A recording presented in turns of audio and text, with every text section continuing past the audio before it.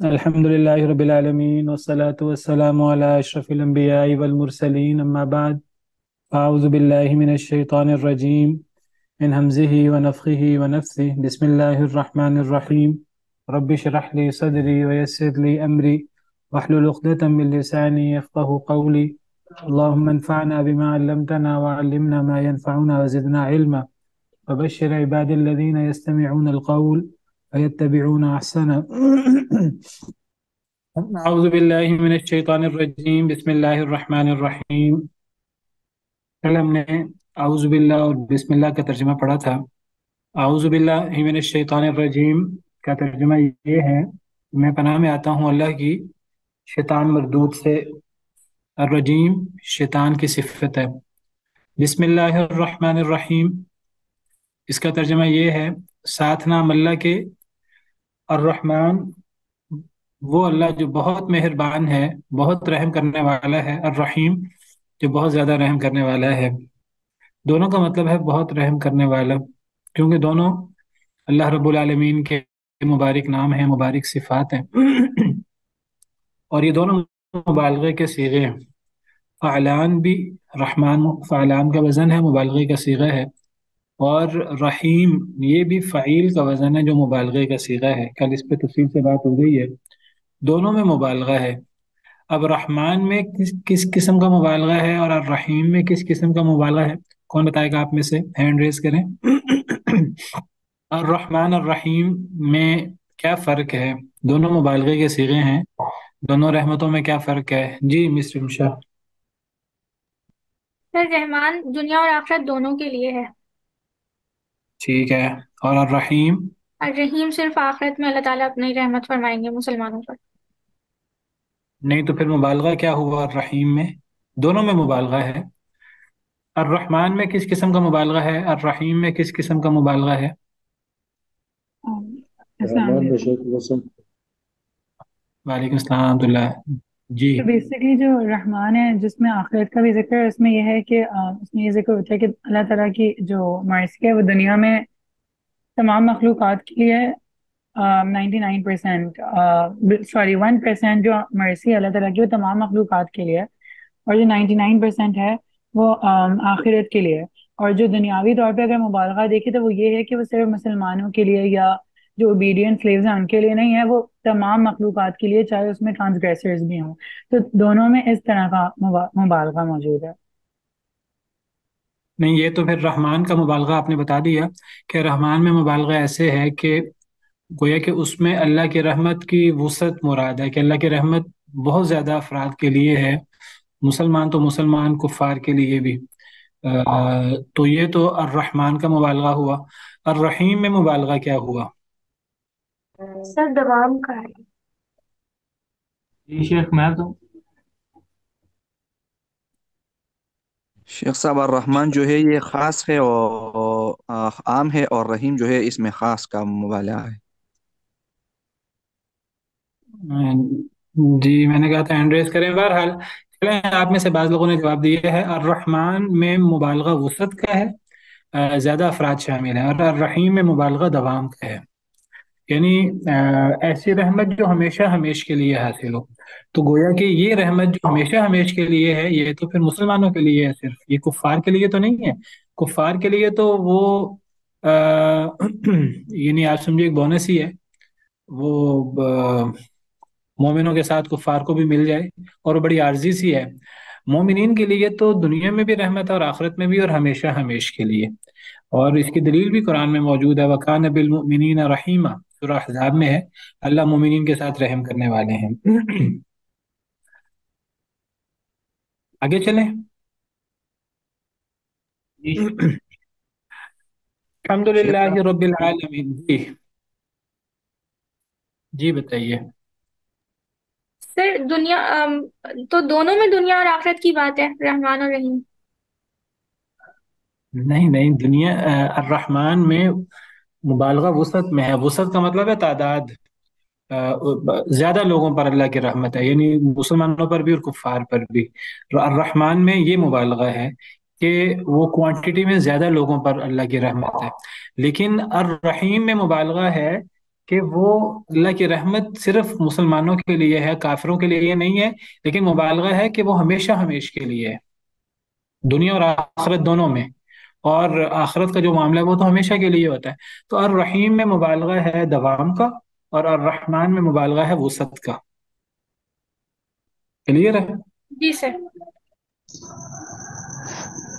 سر میرا ایک کوشچن ہے جی کہ جو آپ نے بتایا الرحمن جو ہے اس میں مبالغہ وسعت کا ہے، مطلب اس میں تمام لوگ آ جائیں گے، تو ہم یہ کہہ سکتے ہیں کہ جو الرحمن ہے اس کے اندر جو، کیونکہ کفار ہیں ان کو مطلب ایمان والے راستے پہ تو ان کی مدد نہیں کی جائے گی نا، ان کو تو دنیاوی نعمتیں اس حوالے سے اللہ تعالیٰ ان کے ساتھ رحمت کا معاملہ کریں گے، لیکن جو مومن ہوں گے ان کو تو مطلب ایمان کے راستے میں ان کی مدد کی جائے گی ہر طرح سے، ہدایت کے معاملے میں اور ان کے عقائد کے معاملے میں، اسلام کے معاملے میں۔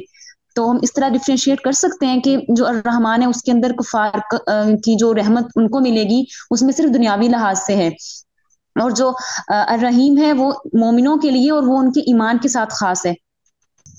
یہ اصل میں تو ایمان اور کفر کی اللہ کی طرف سے ہدایت تو ملتی ہے ایمان اور کفر کی، لیکن وہ اللہ کی طرف سے جو ہدایت ملتی ہے یا گمراہی، وہ اصل میں اس کے پیچھے انسان کے اعمال بنیاد ہوتے ہیں۔ جو انسان ہدایت حاصل نہیں کرنا چاہتا تو اللہ اس پر رحمت بھی نہیں کرتے، اللہ اس کو ایمان کی توفیق بھی نہیں دیتے، اور جو انسان ہدایت حاصل کرنا چاہتا ہے اللہ اسے ایمان کی توفیق دیتے ہیں، نیکی کی توفیق دیتے ہیں۔ ایمان اور کفر کا مسئلہ تو یہ ہے۔ جہاں تک یعنی رحم اللہ کی نعمتوں کی بات ہے، دنیاوی نعمتوں کی وہ چاہے دنیا کی ہوں چاہے آخرت کی ہوں، تو رحمان میں جو اللہ کی رحمتیں ہیں، رحمان کا مطلب ہوا کہ وہ مسلمانوں کے لیے بھی ہیں، کفار کے لیے بھی ہیں۔ اصلاً کفار کے لیے نہیں ہیں، اصلاً مومنوں کے لیے ہیں، مومنوں کے صدقے کفار کو بھی مل جاتی ہیں۔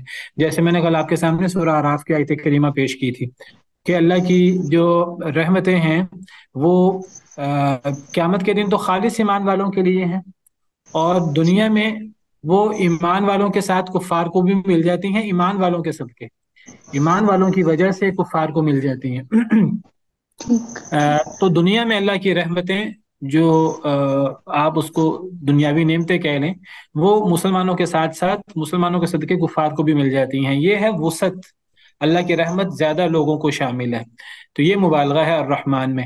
اور الرحیم میں جو اللہ کی رحمت ہے اس میں دوام ہے۔ جب دوام ہے تو دوام سے مراد ہے ہمیشگی، تو اللہ کی رحمت ہمیشہ کے لیے، کفار کے لیے تو نہیں ہے۔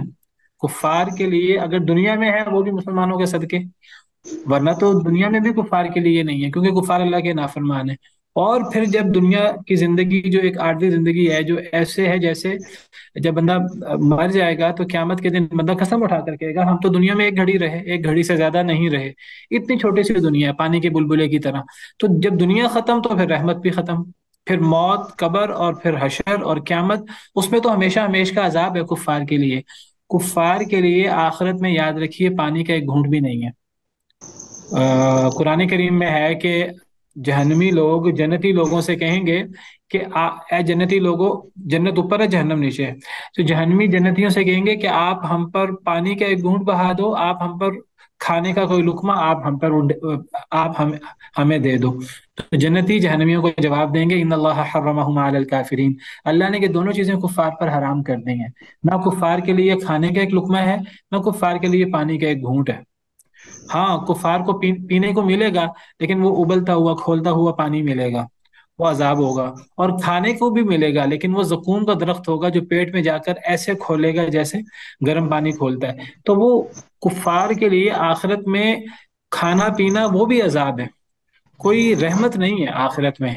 تو جو الرحیم میں مبالغہ ہے وہ دوام کا ہے، ہمیشگی کا، یہ پھر مومنوں کے ساتھ خاص ہو جائے گی یہ رحمت دنیا میں بھی، اور آخرت جو آخرت اور ہمیشہ ہمیش تک مومنوں کے لیے ہے جنت کی صورت میں، تو پھر الرحیم میں یہ مبالغہ ہے۔ شیخ صاحب اس طرح بھی بول سکتے ہیں نا کہ الرحمن عام ہے دنیا میں اور رحیم جو ہے خاص ہے۔ اصل میں نا بات وہ کریں جو سمجھ آئے اگلے بندے کو، اگر عام اور خاص کہیں گے تو اصل میں بات تو ہو رہی دونوں مبالغے کے صیغے ہیں، دونوں میں مبالغہ ہے، تو اب مبالغہ کس طرح ہے، عام اور خاص ہے تو سمجھ نہیں آئے گی نا۔ تو الرحمن میں مبالغہ ہے، زیادہ لوگوں کو اللہ کی رحمت شامل ہے، یعنی دنیا میں کفار کے، مسلمانوں کے لیے بھی کفار کے لیے بھی۔ اور الرحیم میں جو مبالغہ ہے اللہ کی رحمت کا، وہ دوام کے لیے ہے، ہمیشگی کے لیے ہے۔ میرا خیال ہے بات میں نے 4-5 دفعہ دہرا دی ہے، تو آپ کو سمجھ آ گئی ہوگی اب۔ تو آگے پڑھتے ہیں مزید۔ میں اصل میں کل میں نے ڈاؤن لوڈ کیا تھا، میں وہ دیکھ رہا ہوں۔ الحمد للہ رب العالمین۔ الحمد،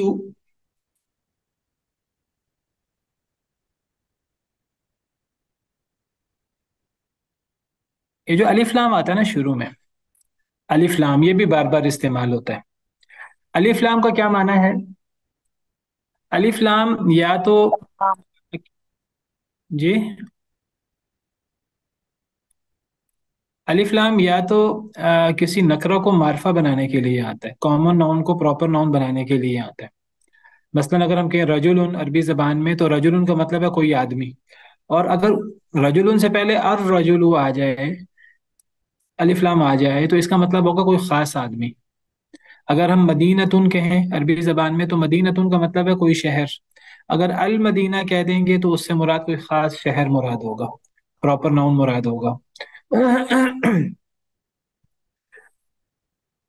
ایک تو الف لام کا مطلب ہوتا ہے کسی چیز کو خاص کرنا، نکرہ کو معرفہ بنانا۔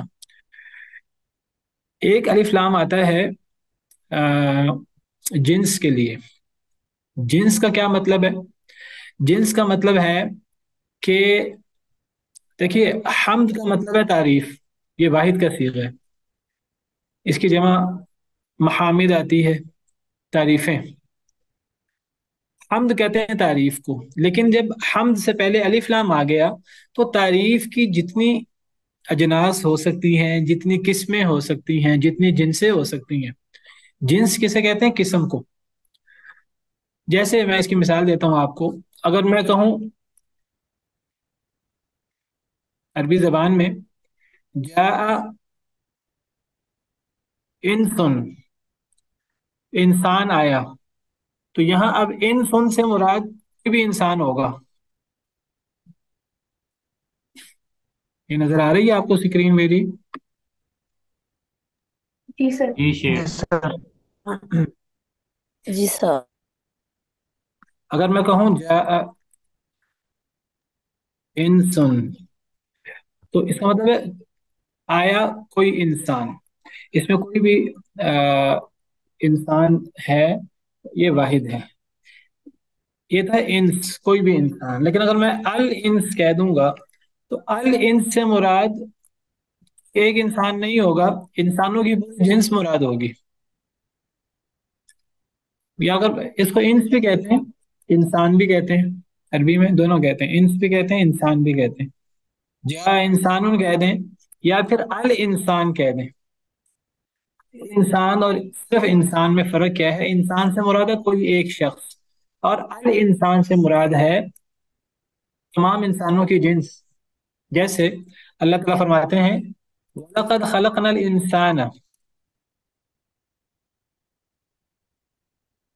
کیا مطلب ہے اس کا؟ وَلَقَدْ خَلَقْنَا الْإِنسَانَ، آگے ہے من صلصال، ہم نے، اور البتہ تحقیق ہم نے پیدا کیا انسان کو کھنکھناتی مٹی سے۔ اب یہاں انسان واحد ہے، تو اس سے مراد کوئی ایک انسان ہے؟ نہیں، اس سے مراد کوئی ایک انسان نہیں ہے، اس سے مراد انسانوں کی پوری جنس ہے۔ تو یہ الف لام کا ایک معنی ہوتا ہے جنس کے لیے، پوری نو کے لیے، پوری نو کے لیے۔ الف لام بعض دفعہ آتا ہے معرفہ بنانے کے لیے، الف لام بعض دفعہ جنس کے لیے آتا ہے۔ اب جیسے جان عربی زبان میں جان نن کسی جن کو کہتے ہیں، اور اگر الجان کہہ دیں عربی زبان میں تو اس سے ہمارا جنوں کی جنس ہوگی۔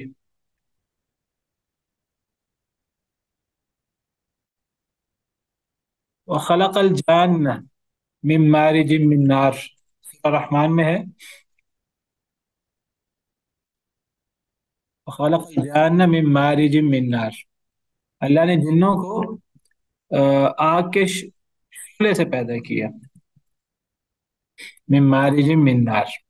اب اس سے مراد کوئی ایک جن نہیں ہے، اس سے مراد جنوں کی پوری جنس مراد ہے، حالانکہ جان واحد کا صیغہ ہے۔ واحد کے صیغے کے ساتھ الف لام آ جائے، الف لام سے مراد پوری جنس ہوتی ہے. واضح ہے جی؟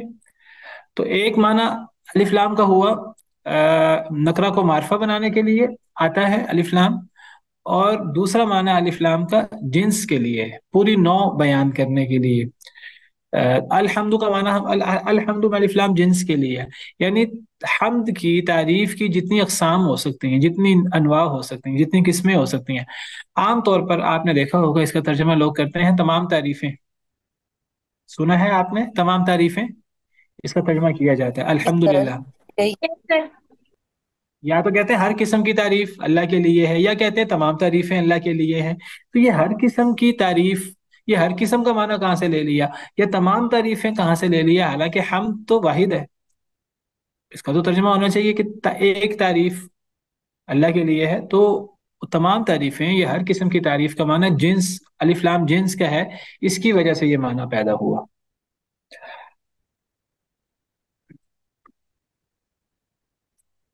جی الف لام کا تیسرا معنی، ایک معنی ہوا نکرہ کو معرفہ بنانے کے لیے، دوسرا معنی ہوا جنس کے لیے معرفہ، دوسرا جنس، اور تیسرا معنی اس کو کہتے ہیں عربی زبان میں یا گرامر کی زبان میں عہد ذہنی. عہد ذہنی کے لیے الف لام آتا ہے. عہد ذہنی کیا چیز ہے؟ عہد ذہنی ہوتا ہے کہ پیچھے کوئی کسی چیز کا تذکرہ ہو تو آگے وہی چیز الف لام کے ساتھ آ جائے تو وہ پچھلی والی چیز مراد ہوگی. اس کو کیا کہتے ہیں اصطلاح میں؟ عہد ذہنی. کہ ذہن میں جو چیز پیچھے گزر چکی یا کسی چیز کے بارے میں بات ہو رہی ہے، تو اگر میں کہوں گا کہ جاء الرجل، اب یہاں الرجل سے مراد وہ خاص آدمی جس کا تذکرہ چل رہا ہے، وہ جو میرے ذہن میں موجود ہے یا وہ جو سننے والے کے ذہن میں موجود ہے. اس کی مثال کیا ہے قرآن کریم میں؟ اس کی مثال قرآن کریم میں